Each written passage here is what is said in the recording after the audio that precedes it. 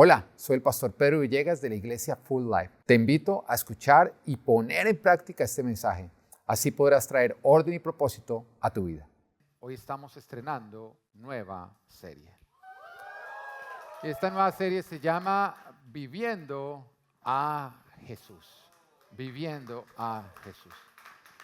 ¿Por qué viviendo a Jesús? Porque el propósito de Jesús no es que nosotros tengamos una religión. Él nunca dijo voy a montar una religión. No, Él es acerca de una relación de amor, una relación de dependencia, una relación de provisión, una relación de bendición.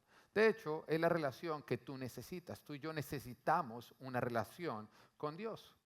Y hay muchos que se están perdiendo de la relación simplemente porque están buscando a Jesús a través o buscando encontrarle en Él una religión. Entonces son personas que vengo a la iglesia, me siento bien, como quien cumple un requisito, pero ahí está mi relación con Dios. Había alguien que me decía recientemente, pastor, ¿cómo hago para saber si algo, un plan que yo tengo es de Dios o no es de Dios? Y yo le respondí a esta persona, buscando que Él lo recibiera de una manera correcta, lo que tú tienes que entender es que mientras que tú no tengas una relación íntima con Dios, tú vas a tener estas preguntas. Porque si tú no tienes una relación íntima, si tu relación con Dios se resume a ir a la iglesia el domingo, a de vez en cuando oír una prédica, pero no hay una intimidad con Él, pues entonces tú no vas a conocer de Él, ni vas a poder ver su corazón, ni tampoco lo que hay en su corazón con respecto a ti, con respecto a tu vida. Cuando tú tienes una relación cercana con Dios, tú empiezas a escuchar su voz. Hay algunos que cuando uno dice Dios me dijo, todavía se voltean y dicen, ¿y cómo le dijo? ¿Cómo le dijo? Muy sencillo, porque lo busco, porque tengo una relación de intimidad. Y cuando tú tienes ese tipo de relación de intimidad, el que Dios te hable no se convierte en algo, wow, Dios me habló, sino un diario vivir. Dios a mí me habla todos los días. Y sé que es Él. Pero tú tienes que tener una relación con Dios para que todo esto que de pronto te parece extraño se comience a convertir en una relación, una realidad en tu vida. Recuerdo yo cuando no tenía hijos, cómo uno imaginaba que sería el tener hijos. Recuerda que uno estaba en un restaurante y de pronto había una pareja con hijos al otro lado y el chino estaba tumbando el restaurante y usted decía, donde fuera mi hijo. ¿Se acuerda cuando usted iba en el avión y de pronto un chino atrás le empezaba a mover el asiento y usted le daba una piedra y usted decía, donde fuera mi hijo yo lo amarro a esa silla? Es que papá, ¿usted se acuerda cuando usted se montaba en el carro de alguien que tenía hijos pequeños y usted encontraba el carro hecho un supermercado después del apocalipsis? Y usted decía, jamás esto va a ocurrir en mi casa. Recuerde cuando usted llegaba a visitar a alguien que tenía hijos y usted le abría la puerta y usted encontraba juguetes por todo lado botados, los sofás manchados de marcador, y usted cogía y decía, el día que yo tenga hijos, y usted se está tragando todas esas palabras hoy en día que tiene hijos. ¿Por qué? Porque una cosa es imaginarse lo que va a ser algo y otra cosa muy distinta es vivirlo. Tú no tienes que imaginarte lo que es una relación con Dios. Tú tienes que ir y acceder a dicha relación.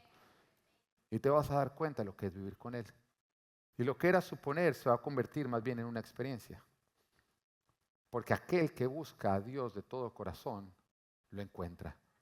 Dios se deja encontrar de quien lo busca de todo corazón. Tú necesitas una relación con Dios. Sin Dios, eres bastardo, buscando ser adoptado por algo. Y ese es el problema de este mundo, que está descarriado, perdido, buscando un padre en lo creado y no en el creador. El gran problema de la humanidad, de toda la humanidad, es la falta de padre. Y siempre estamos buscando padre. Te voy a contar algo. Siempre que he oficiado un servicio memorial de un padre que muere, me he encontrado con algo en particular. Y es que siempre las personas que están enterrando a sus padres viven con culpa. Estoy hablando del papá. Y siempre cuando están dando las palabras de despedida, empiezan a decir, bueno, él no era perfecto, pero... O sea, siempre hay como una deuda. Cuando uno hace los servicios memoriales de los que enterraron a sus mamás, no, mamá era perfecta. No importa que mamá no la ves desde que te parió, pero era perfecta. En cambio, papá, por más de que esté presente, siempre hay y tú me puse a analizar por qué. Muy sencillo, porque tú y yo nacemos con la necesidad de un Padre Celestial. Y como nacemos con esa necesidad, empezamos a buscar en lo creado ese Padre. Y nada de lo creado va a dar la talla. Siempre se va a quedar en deuda.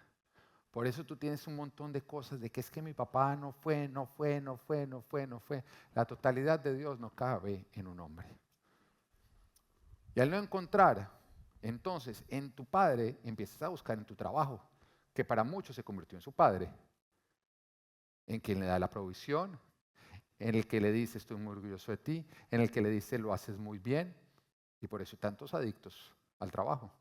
Y el que no, entonces lo busca en los vicios. Y el que no, lo busca en el dinero y quiere acumular dinero porque encuentra ahí un padre, una protección. Cuando tú no encuentras a tu Padre Celestial, vas a ser de lo creado un padre, y eso se llama un ídolo. Y vas a vivir insatisfecho y vacío toda tu vida. Ese es el problema de la humanidad en la cual nosotros vivimos. Que como no buscan a Dios, entonces hacen de todo su Dios. El propósito de esta serie es motivarte a vivir a Jesús, no como parte de tu vida, sino como el centro de tu vida. Porque aquellos que dicen, no, sí, es que Jesús es parte de mi vida, déjame decirte que Jesús no está en tu vida. Porque o Jesús es el centro de tu vida o no está en tu vida. Porque o Él entra a tu vida en condición de Dios o no entra. No tiene sentido que tú le digas a Dios, mira, yo te quiero abrir la puerta de mi corazón, pero me haces el favor y tu condición de Dios me la dejas afuera porque yo soy el Dios de mi vida. Acá vas a entrar como invitado. ¿Para quién es el Dios de su vida? Aquel que dice, es que es mi vida. Ah, o sea, tú eres el Dios de tu vida. ¿Eres el dueño de tu vida? O aquellos que dicen, es que es mi cuerpo. Ah, ok, tú eres el Dios de tu cuerpo. Entonces, cuando pretende que Jesús entra, dejando la condición de Dios afuera y sujetándose al Dios de tu vida y de tu cuerpo, que eres tú. Tú tomas las decisiones y Él, bueno, uno que otro consejo le acepto, cuando esté de acuerdo a lo que yo quiero. Tú puedes decir, no, es como la mayoría viven. Te voy a preguntar algo. Tu cuerpo, pellízcate. ¿Crees que es tuyo o crees que es de Jesús? Entonces, cuando vas a hacerle un cambio a ese cuerpo, ¿tú le preguntas al dueño? Cuando mi esposa, a lo largo de 18 años que llevamos casados, se ha aventurado a hacerse un cambio extremo de peinado, sin involucrarme a mí, yo llego y yo me siento robado, ¿o no? Sobre todo cuando se hace el cambio extremo y a mí no me gusta. ¿O no? Se hace el copete y la capul y yo, ¿qué es eso? ¿Por qué? Sí, o sea, eso es como, ¿qué? O sea, no veía y... No me gusta la capul. Ahora si tienes capul, bien por ti, no es mi esposa. Entonces yo le digo a ella, no, tú eres mi esposa, quien yo te veo a ti más de lo que tú te ves a ti misma.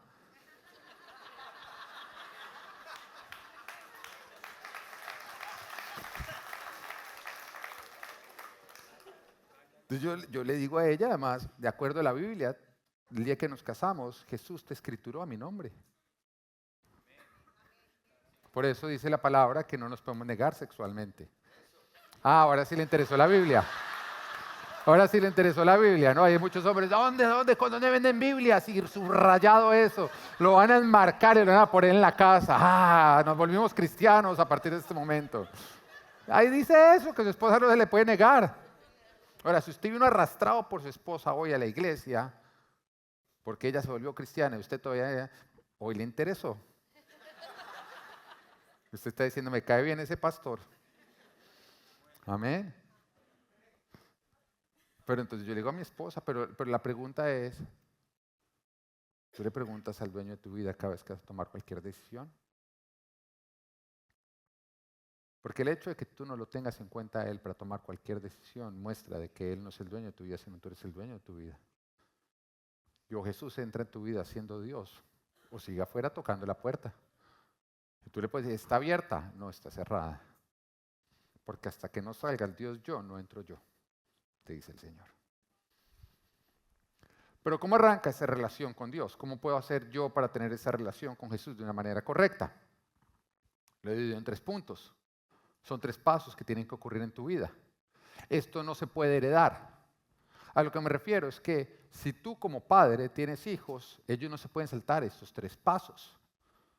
Si tú tienes un papá o una mamá que es cristiana, tú no te puedes saltar estos 3 pasos. Nadie se los puede saltar. Es algo por lo que aún mis hijos, hijos de pastores, van a tener que pasar. Y los pasos son 3. El primero de ellos se llama arrepentimiento. Diga arrepentimiento. Es el primer paso. Sin arrepentimiento nunca entras. Por ahí arranca. Mira, la Biblia nos cuenta que el ministerio de Juan el Bautista, que era primo de Jesús, y que su ministerio arrancó antes que Jesús, fue un ministerio previo, consistía en preparar el camino de Jesús. Él salió a predicar y a preparar un pueblo para que éste estuviera preparado, para que cuando Jesús arrancara su ministerio de salvación, estas personas tuvieran su corazón listo para entregárselo a Jesús y pudieran empezar a caminar con él. Ahora, ¿qué predicaba Juan? ¿Cuál era la forma en la cual él preparaba el camino? O sea, lo antes de Jesús, nos dice Mateo 3, versículo 1 al 3, dice, en aquellos días se presentó Juan el Bautista predicando en el desierto de Judea. Decía, arrepiéntanse, porque el reino de los cielos está cerca. Juan era aquel de quien había escrito el profeta Isaías, voz de uno que grita en el desierto, preparen el camino para el Señor, háganle sendas derechas. O sea, la forma en que Juan preparó a un pueblo para que recibiera a Jesucristo fue a través de predicarle el arrepentimiento. ¿Pero en qué consiste el arrepentimiento? Juan buscaba hacer de ellos conciencia de que estaban lejos de Dios porque su caminar era apartado. Hay muchos que creen que están con Dios cuando realmente no están con Dios. Y por esa razón no hacen ningún esfuerzo. ¿A ti te ha pasado personas a las cuales tú les predicas y ellos te dicen, no, yo estoy súper bien con Dios? De hecho, yo tengo una relación muy linda con Él. ¿Y vas a la iglesia? ¿Qué es eso? ¿Y lees la Biblia? ¿Qué es eso? Y tú sabes que ellos no tienen una relación con Dios, pero están convencidos de que no necesitan a Dios porque tienen todo lo que necesitan. Ahora, ¿tú cómo vas a buscar lo que necesitas si no sabes que lo necesitas? El arrepentimiento es crear una conciencia de que vienes apartado de Dios, de que estás lejos de Él. El arrepentimiento es más que reconocer que tú has obrado mal. Es un cambio de pensar. Es buscar a Dios reconociendo que tú estás alejado. Ahora, sí arranca con una convicción de pecado. Pero la convicción de pecado no es sentirte mal. No, porque el pecado endurece el corazón. La primera vez que uno comete un pecado, uno se siente mal. La cuarta, uno ya lo disfruta. Le pasa a los asesinos. La primera vez que asesinan a alguien, se sueñan con la persona, se les aparece, van a tomar sopa y ahí ven la cara de esa persona. Pero el quinto, el décimo, el 20º, ya lo disfrutan. Porque la práctica del pecado endurece el corazón. Entonces la convicción de pecado no es sentirte mal por el pecado. Es reconocer que está mal simplemente porque Dios dice que está mal. Y es la disposición de apartarnos de dicho pecado para acercarnos a Dios. Disposición. Digo disposición porque sin Dios es imposible obedecer a Dios, pero por lo menos tiene que arrancar con un deseo en el corazón de decir lo que yo vengo haciendo es malo, tengo una disposición de apartarme de ello. Cuando yo conozco al Señor, yo fumaba marihuana todos los días, tomaba trago día de por medio, era mujeriego, un montón de cosas. Y yo empiezo a ir a la iglesia, yo no veía malo esas cosas, porque ya lo venía haciendo tanto tiempo que ya era parte de mi vida. Pero empiezo a conocer al Señor y me doy cuenta que lo que yo vengo practicando no está bien, va en contra de la palabra. Y entonces empecé a intentarlo dejar en mis fuerzas y no lo logré. Y entonces vino esta palabra. Sin Dios no lo vas a lograr. Pero arranca con tú reconocerle a Dios que aunque no te sientas mal y todo el mundo lo haga, está mal. Y que tú tienes una disposición de cambio en tu vida. En el momento en que yo tengo esa disposición de cambio en mi vida, el Señor me da las fuerzas para dejarlo. Pero arranca con reconocer, está mal. Lo que yo vengo haciendo está mal. No porque me siento mal, no porque el mundo dice que está mal, simplemente porque la Biblia dice que está mal. Y lo que Dios diga, yo decido creerlo.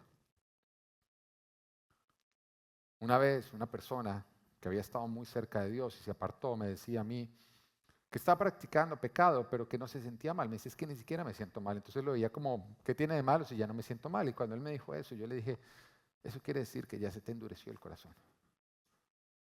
Cuando dejas de sentirte mal por practicar el pecado, es que tu corazón está duro. Y cuando tu corazón es duro, es cuando tú yo no oyes la voz de Dios. Fue lo que le pasó al faraón. Siguió practicando lo malo a pesar de todo lo que Dios estaba haciendo alrededor. Iba camino a la destrucción y no se daba cuenta. Mira, el pecado no es malo porque tú te sientes mal, sino simplemente porque la Biblia dice que es pecado. Y el arrepentimiento es reconocer que está mal y la disposición de apartarnos del pecado para acercarnos a Dios. Primera de Juan 1:8 dice, si afirmamos que no tenemos pecado, nos engañamos a nosotros mismos y no tenemos la verdad.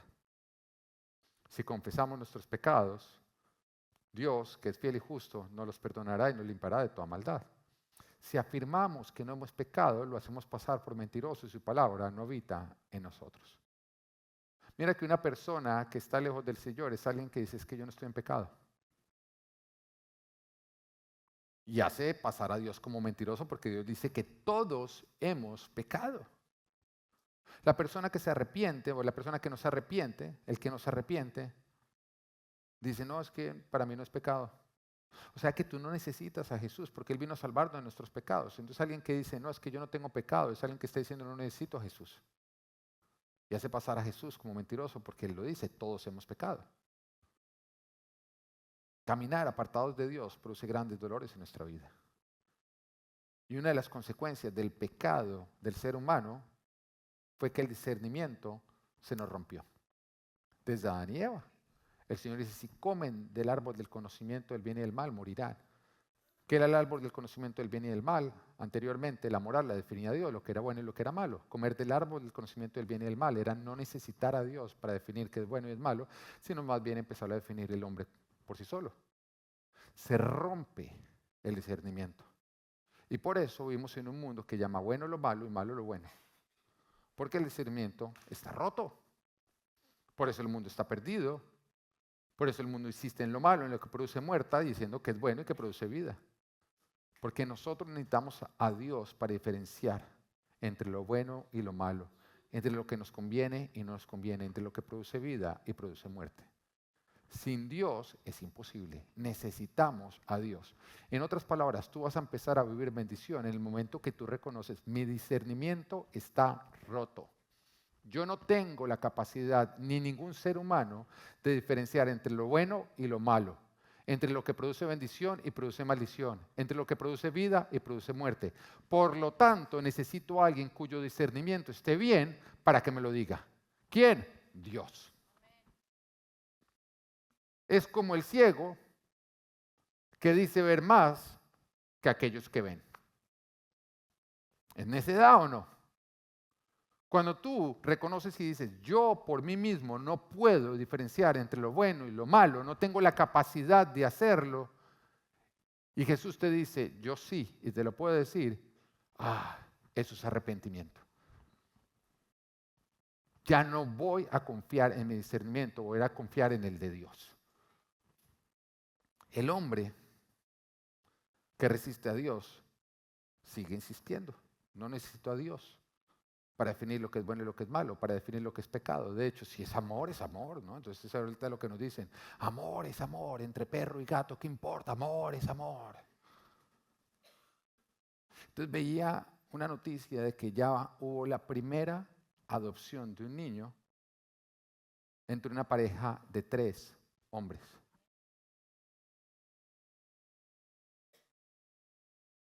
¿Por qué? Porque cuando tú te sales del orden de Dios y dejas que el hombre defina lo que es bueno y lo que es malo, no hay un límite de la maldad que puede llegar a cometer el ser humano y llamarlo como algo bueno. Ahora, ve y le dices a esa pareja de 3 hombres que tienen un niño que lo que ellos están haciendo está mal. ¿Qué argumentos tienes tú? ¿Qué argumentos tienes tú cuando la biología ya fue anulada por la ideología?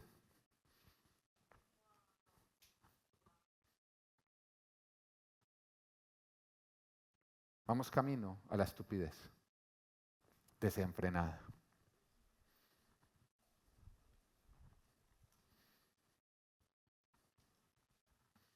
Absurdo es que dudes de Dios y cuestiones a Dios y no a ti mismo.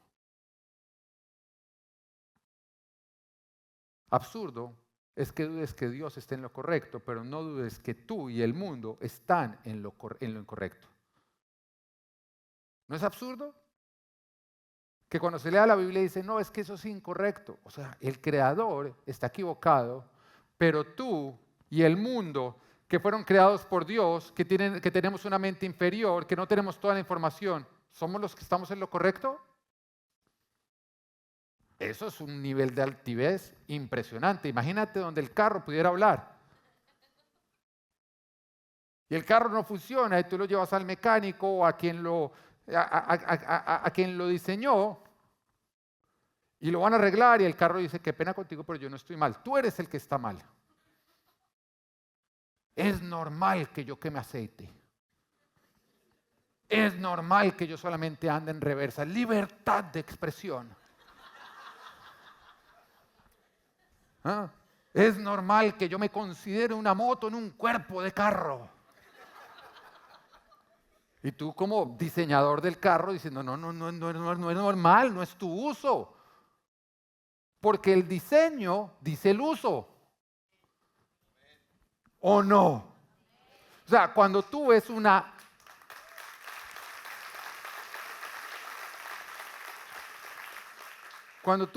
silla, tú no necesitas un manual de instrucciones, ¿o no? Tú por el diseño sabes el uso. Tú ves una cama y por el diseño sabes el uso. Por el diseño tú sabes el uso. Hay cosas que uno jamás ha visto, pero por el diseño uno sabe el uso o no. Y lo absurdo es que vivimos en un mundo donde dice ya el diseño no dice el uso.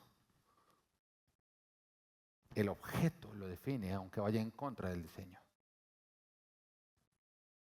¿Es altivo o no es altivo? Es altivo que esta humanidad se voltee y le diga a Dios, tú te equivocaste, no es hombre, es una mujer en cuerpo de hombre.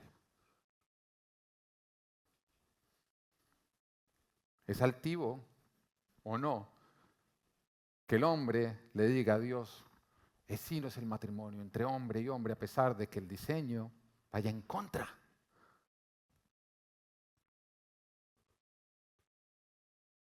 El ser humano ha caído en tal necedad que la ideología ha reemplazado la biología. Lo que nos enseñaban en primero, segundo, tercero, en primaria, ¿ya para qué lo enseñan entonces si después se va a anular? Es necedad. Pero no vayamos hasta allá. ¿Cuántas cosas Dios a ti no te está diciendo? No, está malo. Y tú todavía insistes, no, está bien, yo no estoy de acuerdo.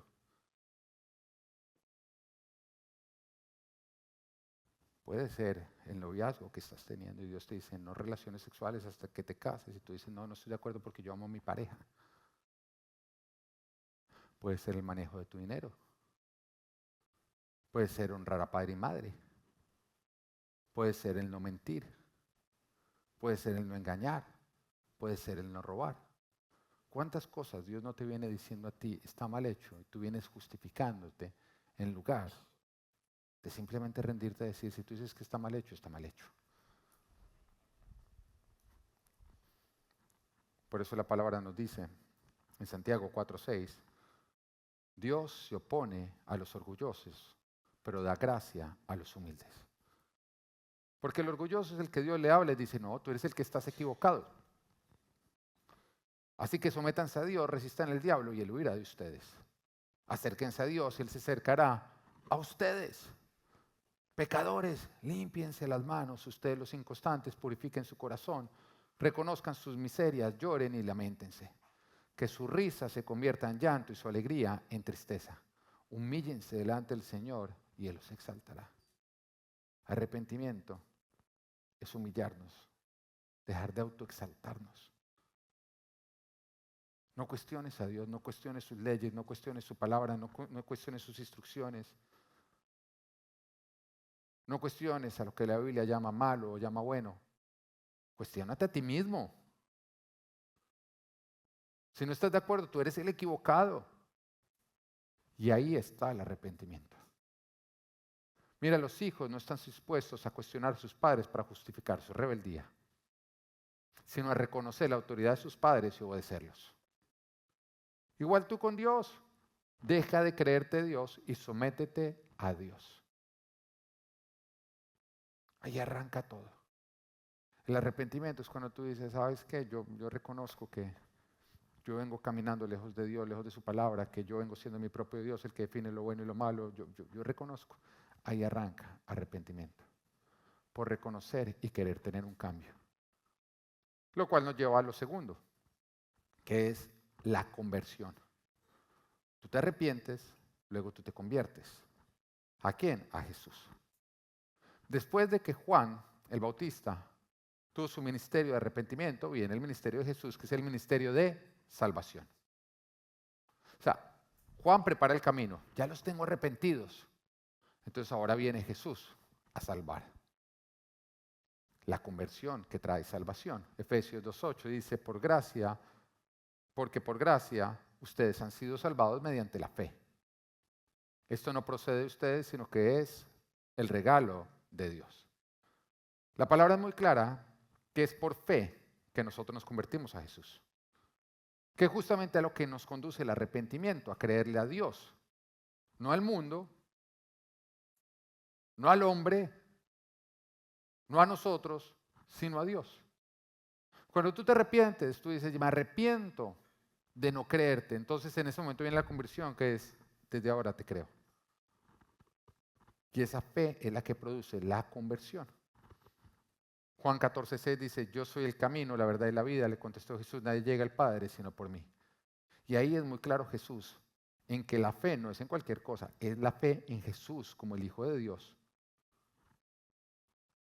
Es creer que Jesús es el Hijo de Dios, que murió por nuestros pecados, que resucitó al tercer día, que está sentado a la derecha del Padre. Es entender que no todos los caminos conducen a Roma, ni todas las religiones nos conducen al verdadero y único Dios. Y por eso yo confieso a Jesús como mi Señor, como el Dios verdadero, a quien sirvo y a quien obedezco. Y al mismo tiempo renuncio a todo otro camino, a todo otro falso Dios y a todo otro estilo de vida. Juan 3:36, la Biblia de las Américas dice, el que cree en el Hijo del Hombre, el que cree en el Hijo tiene vida eterna. O sea, por creer tienes vida eterna, dice, pero el que no obedece al Hijo no verá la vida, sino que la ira de Dios permanece sobre él. ¿Tú te das cuenta que creer es obedecer? O sea, la fe con la obediencia tiene que ir juntas. Si no hay obediencia, no hay fe. Si no hay fe, no hay obediencia. Y ahí no lo está diciendo. El que cree es salvo. El que no obedece, no. Pero ¿cómo así? ¿No ha tocado creer? Sí, es que es lo mismo. Porque la verdadera fe nace del corazón y produce una obediencia, un caminar con Jesús. En Hechos 9:2, cuando se referían a los cristianos, ¿saben cómo se les llamaba? O se nos llamaba. Los del camino. Se reconocía que era un camino. Porque Jesús no es un destino, es un camino. ¿Por qué? ¿Cuál es la diferencia? Porque cuando tú llegas al destino, ¿tú ya llegaste o no? Ya no hay nada que hacer, usted ya está en el destino, usted ya llegó a donde tenía que llegar. No. Cuando tú conoces a Jesús, arranca un caminar todos los días de tu vida. Y cuando tú caminas a Jesús, eso se convierte en ¿qué? En un estilo de vida, de obediencia a Dios.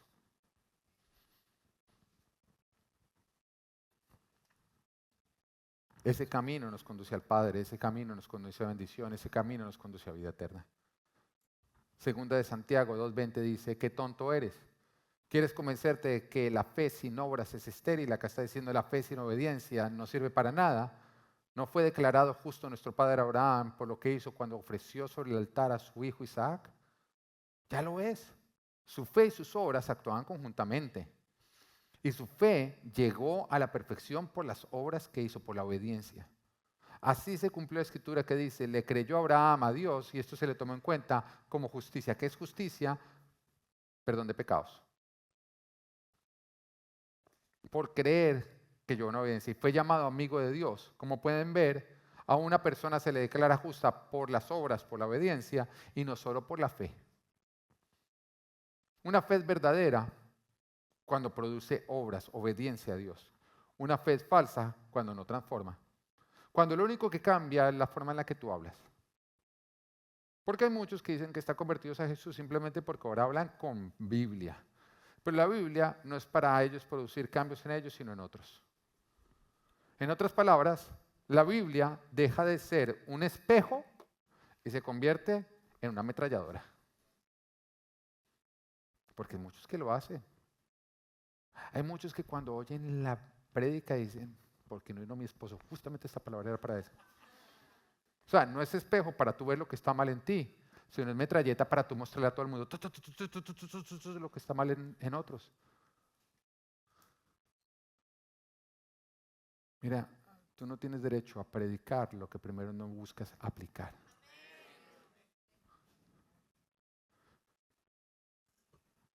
Y siempre que tú vas a la palabra de Dios no es para encontrar los errores de otros, sino los propios. Como lo digo, entre más leo la Biblia, más encuentro errores en mí. Más encuentro errores en mí. Cosas que yo tengo que cambiar. Efesios 1:13, 2:13 dice, porque Dios no considera justos a los que oyen la ley, sino a los que la cumplen. Tu fe en Jesús se debe ver, porque no vives conforme al pecado, porque aborreces lo que Dios aborrece, porque lo que es enemigo de Dios, tú eres enemigo de ello, porque tu relación con Dios se debe ver en ti.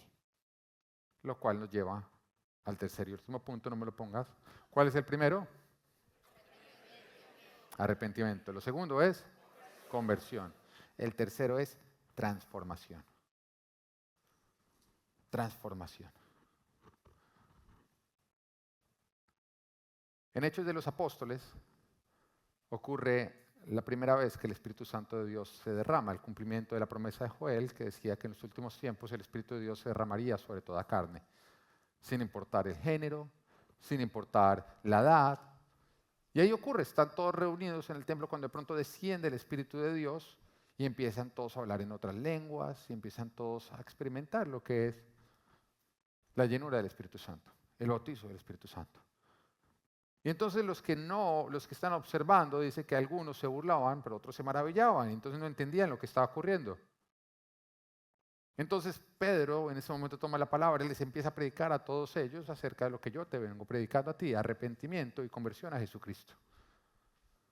Pero cuando todos ellos empiezan a escuchar todo esto, nos dice que al oír las palabras de la predicación, ellos se sintieron conmovidos, confrontados por la palabra. Hay un momento en el que ellos dijeron, sí, venimos caminando lejos de Dios. Pero entonces, ¿qué tenemos que hacer? Y Pedro responde en Hechos 2:37, cuando oyeron esto, todos se sintieron profundamente conmovidos y les dijeron a Pedro y a los otros apóstoles, hermanos, ¿qué debemos hacer? Y dice, arrepiéntanse, que es lo primero, bautícese cada uno de ustedes en el nombre de Jesucristo para perdón de pecados, le contestó Pedro, y recibirán el don del Espíritu Santo, la transformación. Acá lo explica lo que yo tengo diciendo. Lo primero que hay es una convicción de pecado que debe conducir a un arrepentimiento. Ese arrepentimiento debe conducir a creer en Jesús, que acá lo está hablando como el bautizo. ¿Por qué? Porque el bautizo justamente representa una muerte y un nuevo nacimiento. En el momento en el que tú dices, me arrepiento de mis pecados, confieso a Jesús como mi Señor, tú mueres y naces de nuevo. Mueres a lo que solías ser y naces para ser ahora una nueva criatura de Dios. Y eso justamente es lo que refiere el bautizo. El bautizo es una manera como nosotros físicamente estamos representando lo que ocurre en una persona. Y después termina diciendo, y el don, el regalo del Espíritu Santo vendrá sobre ti para transformarte en una nueva persona. Cuando el Espíritu Santo de Dios viene sobre ti, te transforma en una nueva persona que se debe ver. El que lo ha experimentado es alguien que ni se ha dado cuenta, pero la gente empieza a decir, es que usted ya no es el mismo, usted ya cambió. Desde que usted va a esa iglesia, usted ya no es el mismo, usted ya cambió. Felicitaciones, ya has sido transformado. Ahora, la transformación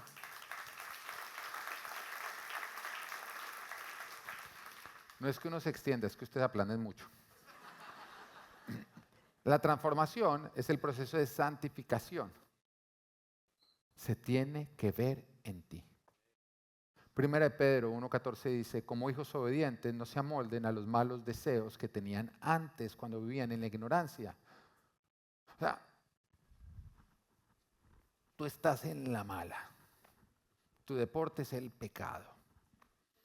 Pero tú no te sientes mal porque es en lo que tú has venido creciendo. Pero viene la predicación y a través de la predicación, que es luz, tú logras ver lo mal que estás. Cuando a alguien se le predica, el Espíritu Santo de Dios le deja ver lo mal que está. La persona o se ofende porque no quiere cambiar o se arrepiente. Entonces tú vienes mal. Viene la predicación y el Señor te deja ver que estás mal. Entonces tú reconoces, soy un pecador. ¿Qué tengo que hacer? Recibe a Jesús como tu Señor y Salvador. Cree en Él. Ok, yo creo en Él. Quiere decir que ya dejaste el pecado. ¿Ahora qué sigue? Ahora vive de acuerdo a tu nueva realidad. Pero ¿qué pasa si la persona, en lugar de vivir de acuerdo a su nueva realidad, o sea, tengo a Jesús y vuelve otra vez atrás? Jesús te hace libre, pero hay quienes por voluntad propia vuelven a vivir como esclavos. Él ya te dio la oportunidad de decidir. Una persona sin Jesús no puede decidir, no puede dejar el pecado. Yo muchas veces antes de Jesús intenté dejar el alcohol. No lo lograba. Dejar las drogas. No lo lograba. Dejar la inmoralidad sexual. No lo lograba. Muchas veces intenté, no lo lograba. Me arrepiento, entrego mi vida a Jesús y lo logro. Ahora, no fue como que cuando yo iba a coger la botella el Espíritu Santo Dios me la quitaba. No. Era que yo ya podía decir no, pero yo tenía que decir no. En el cual yo dije, yo no vuelvo a esos lugares, no vuelvo a esos ambientes, no quiero esto para mi vida, pero ya pude decidir, hay libertad. Hay quienes dicen, ¿es verdad que los cristianos no pueden tomar? ¿Es verdad que no pueden fornicar? Claro que podemos, pero podemos no hacerlo. El cristianismo no es cuestión de no poder, es cuestión de poder. Poder decidir no hacer lo que no me conviene. Entonces alguien, es verdad que usted no puede tomar. Te voy a decir algo. Me hice tanto daño, le hice tanto daño a tantas personas cuando me emborrachaba, que yo le doy gracias a Dios que hoy en día puedo ser feliz sin el alcohol.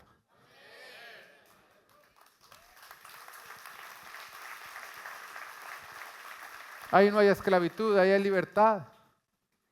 Sin Jesús, cuando a mí no me salía fiesta el viernes, que pasó como 2 veces en toda mi vida mundana, ¿sabes qué hice? Me saqué una botella de alcohol, esto es verdad. Me bajé a la portería y le dije al celador, no, es que ya me vienen a recoger. Mentira, no me venían a recoger y me puse ahí a tomar y que, bueno, emborraché al celador y terminé en rumba con, yo lo quiero siempre. Ahí. ¿Por qué? Porque me sentía a morir si no practicaba el pecado. Porque sentía una ansiedad impresionante, porque no podía vivir sin practicar el pecado. Pero cuando le entregué mi vida a Jesucristo, eso desapareció. Ahora puedo un viernes estar tranquilo en mi casa con mis hijos, sin sentir ansiedad. Ahora me dicen, hey, viernes hay noche de adoración y estoy feliz acá en la iglesia. ¿Quién creería yo? La primera vez que pasé un viernes en la iglesia, ¿quién creería? Yo me dije, si inventaran la máquina del tiempo y fueran a contar a mi yo antes, un día usted va a estar en la iglesia levantando las manos, un viernes. Y yo diría, no. Porque Él me hizo libre de lo que yo era esclavo. Vivir en santidad es valorar esa libertad. Y una vez que soy libre, puedo decir que no, no ser tan boludo, como diría Willy, de volver otra vez atrás a practicar aquello de lo que Jesús me hizo libre. ¿Se puede decir boludo o no? ¿Pelotudo? No, eso no. ¿Es mejor boludo? Bueno, entonces no ser pelotudo. Bueno, no, es boludo. Okay. Tenemos como 3 argentinos. ¿Quiénes son argentinos acá? Levanten la mano.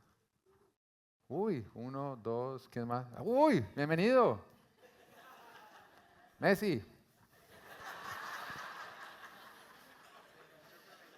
¿Ah? Se enganchó, ya tenemos 3, ya pueden montar. No, pueden jugar golosa o algo así, pero todavía no montan fútbol.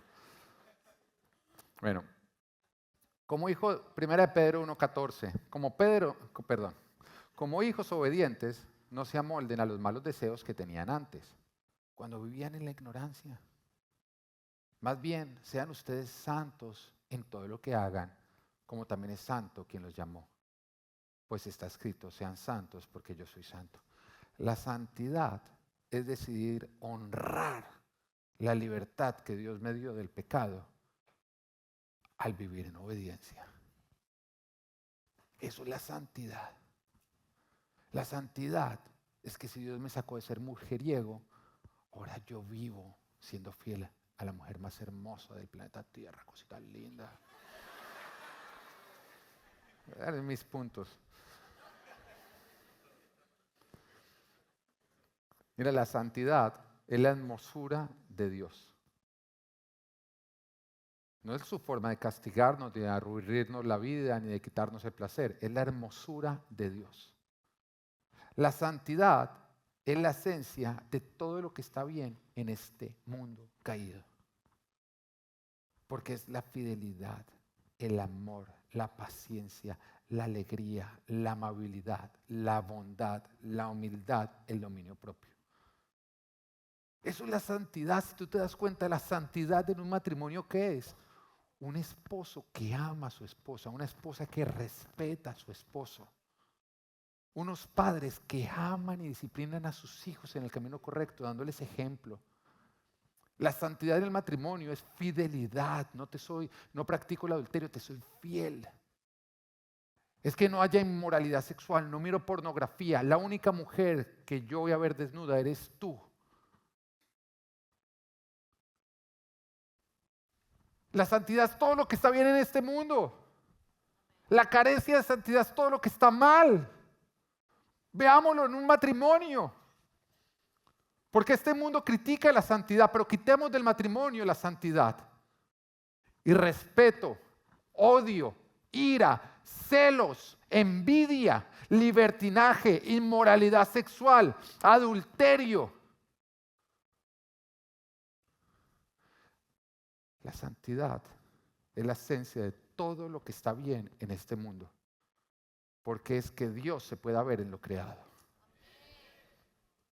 Es que Dios se pueda ver en tu vida. La santidad es la expresión de Dios a través del fruto del Espíritu Santo en nuestras vidas y en todo lo que está alrededor nuestro. Y por eso el enemigo trata tanto de borrar la santidad de este mundo. ¿Sabes para qué? Para borrar los atributos de Dios, para destruirnos. Por eso la agenda del mundo, y tú la puedes ver, ¿dónde está? En Netflix, en YouTube, en redes sociales, ahí está el enemigo quitando la santidad. ¿Y sabes qué? Haciéndolo atractivo, la falta de santidad. Y este mundo perdido ataca la santidad y defiende la carencia de santidad. Porque el diablo quiere quitar la santidad de este mundo para borrar a Dios de este mundo. Porque si borra todo lo de Dios de este mundo, se acaba la bendición y se acaba la vida. Pero cuando tú y yo escogemos la santidad, escogemos una vida sobreabundante. Mira, la verdadera santidad es atractiva y es convincente. Y por eso las personas, cuando veían a Jesús, que es la santidad encarnada, se querían acercar a Él. Querían estar con Él. Pero lo mismo debe ocurrir contigo. Cuando otros ven en ti la santidad, Tú eres atractivo para ellos. Se quieren acercar a ti. Quieren estar cerca a ti porque la santidad es atractiva. Es la seguridad que no vemos en este mundo. Es el orden que no vemos en este mundo. Es la paz que no vemos en este mundo. Es la protección que no vemos en este mundo. Cuando llevo parejas o padres que están divorciados y entonces la mamá le toca compartir custodia con un papá que no quiere nada que ver con Dios y que vive una vida desenfrenada. Entonces esta mamá llega y me dice, pastor, es que yo le enseño a él todo acá, pero cuando pasa tiempo con el papá lo echa todo a perder. ¿Qué puedo hacer yo ahí? Y mi respuesta es muy sencilla. Yo le dije, cuando él está en tu casa, que él vea santidad, que él vea a Dios, que él vea luz, para que cuando vaya a casa de papá, él vea oscuridad y tinieblas. Y de esa manera, él crezca entendiendo que Jesús es el camino.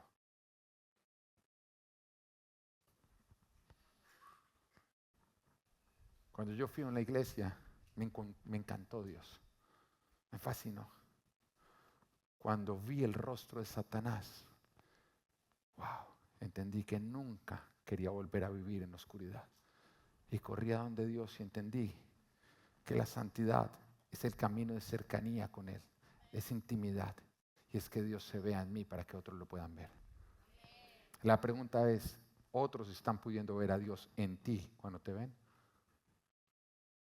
La santidad alimenta tu relación con Dios. La santidad es que Dios se vea en ti. Abraham, su nombre inicial era Abram, no Abraham, sino Abram. Pero cuando él obedece a Dios y dice que en ese momento se le considera justo, entonces Dios le cambia el nombre, le dice, ya no te vas a llamar Abram, ahora te vas a llamar Abraham. Entonces muchos dicen, no, porque Abraham es padre de multitudes, pero es más profundo que eso. Porque el Ja, que Dios le añade al nombre, significa lleno de Dios, lleno del Espíritu de Dios, que el aliento de Dios está en él. Por eso, también cuando el Señor le cambió el nombre a Sara, su nombre inicial, ¿cuál era? Sarai. Lo que hizo fue ponerle un Ja. Sarah. Porque tú creíste, porque tú obedeciste, ahora serás llena de mí. Esa palabra es para ti, agárrala.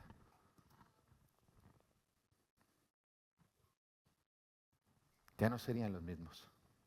Ahora el aliento de Dios se vería a través de ellos. Lo vemos con Pedro, su nombre inicial sin Jesús, ¿cuál era?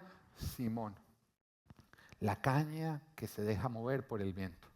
En otras palabras, Simón era el que siempre buscaba agradar al ser humano.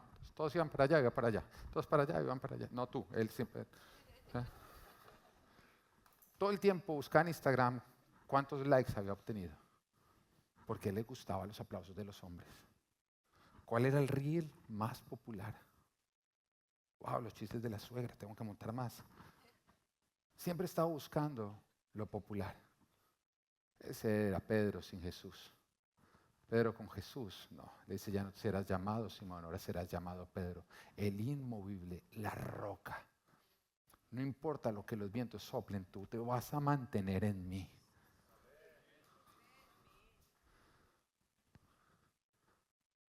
Lo que te quiero decir es que cuando tú te conviertes a Jesús, Jesús se debe ver en ti. Y esto es santidad. Es tu nueva forma de vivir. Es vivir agradando a Dios. Es vivir aborreciendo lo que Dios aborrece. Es decidir no ser esclavo del pecado. La visión de nuestra iglesia, que es, cuéntales a todos cuál es la visión de nuestra iglesia. No, pero duro. ¿De dónde eres tú? ¿Cubaño? Ah, bueno, sentí como español. Yo, wow, chévere, estamos en... Pero bueno, cuéntales a todos.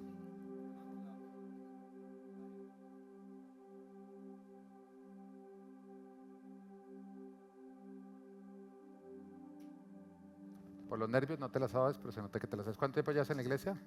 ¿Cuánto tiempo? 2 meses. Ven para acá, ven para acá.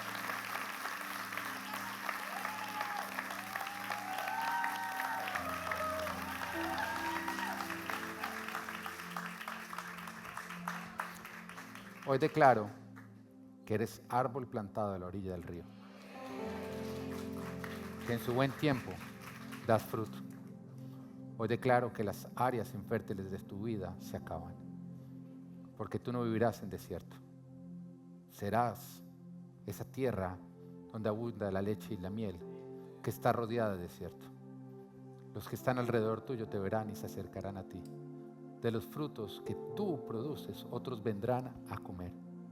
Y entonces tu voz se levantará para siempre honrar y hablar del Rey de Reyes y Señor de Señores.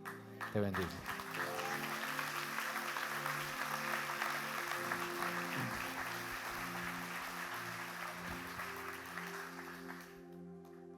La visión de nuestra iglesia es reflejar la huella de Jesús en todas las áreas de nuestra vida. Espiritual, porque todo arranca con una relación con Dios. Relacional, porque cuando tú tienes una relación con Dios, se deben ver impactadas todas las relaciones a tu alrededor. La relación que no da fruto, debe dar fruto.